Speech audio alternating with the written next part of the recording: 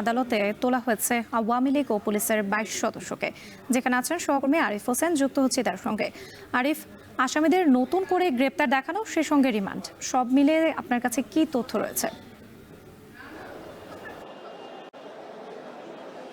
রাত্রি আমরা এই মুহূর্তে দাঁড়িয়ে আছি সিএমএম কোর্টের ঠিক সামনে। কিছুক্ষণ আগেই 27 নম্বর কোর্টে তোলা হয়েছিল আওয়ামী লীগের 11 জন নেতা এবং বেশ কয়েকজন পুলিশ সদস্যকে। সেখানে আমরা দেখেছি পর্যায়ক্রমে বিভিন্ন ধরনের মামলা, যেই মামলাগুলো আগে হয়েছে সেখানে শোন অ্যারেস্ট থেকে শুরু করে অনেককে রিমান্ড পর্যন্ত দেওয়া হয়েছে। আমি যদি আপনাকে একটু জানাই, এখন পর্যন্ত আমার কাছে যেই তথ্য রয়েছে সেটা হলো গিয়ে মামুন হত্যা মামলা, যেটা যাত্রাবাড়ি থানায় হয়েছে। এছাড়া পারভেজ মিয়া হত্যা মামলা, যেটি যাত্রাবাড়ি থানা হয়েছে। এই পারভেজ মিয়া হত্যা মামলায় এখন পর্যন্ত সাবেক আইনমন্ত্রী আনিসুল হক, সালমান এফ রহমান, তৃণমূল বিএনপি সভাপতি শমশের মুবিন চৌধুরী, এছাড়া সাবেক আইসিটি প্রতিমন্ত্রী জুনায়েদ আহমেদ পলককে 4 দিনের রিমান্ড দেওয়া হয়েছে। এছাড়া আরও একটি মামলা যেটি শাহবাগ থানায় হয়েছে, এখানে বরিশাল 3 আসনের সাবেক সাংসদ গোলাম কিবরিয়া টিপুকে গ্রেপ্তার দেখানো হয়েছে। এছাড়া মোহাম্মদপুর থানার 2টি মামলায় গ্রেপ্তার দেখানো হয়েছে সাবেক সংসদ সদস্য সাদেক খানকে।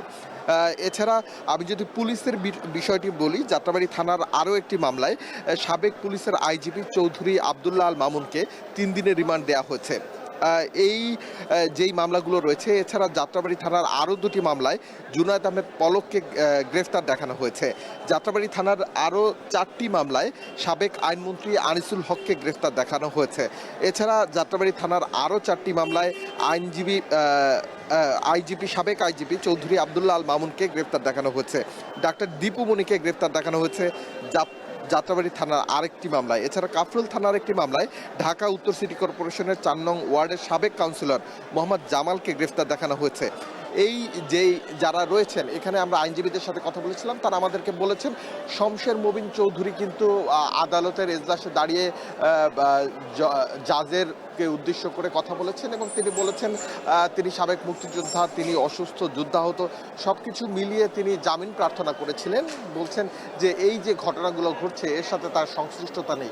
অপরদিকে রাষ্ট্রপক্ষের যিনি আইনজীবী রয়েছেন তিনি বলছেন এই যে শমশের মুবিন চৌধুরী, তাকে পল্টিবাজ হিসেবেই উল্লেখ করা হয়েছে, কারণ তিনি একসময় বিএনপি করেছেন, পরবর্তীতে তৃণমূল বিএনপি করেছেন এবং এর পাশাপাশি সাবেক যেই প্রধানমন্ত্রী ছিল শেখ হাসিনা, তার কাছ থেকে বিপুল পরিমাণ টাকা নিয়ে তিনি বিএনপিকে ভাঙার একটি চক্রান্ত করেছিলেন, যে কারণে এছাড়া বিভিন্ন সময় আওয়ামী লীগের মাধ্যমে সুযোগ সুবিধা নিয়েছেন এবং দলকে একটি বিপদে ফেলেছেন।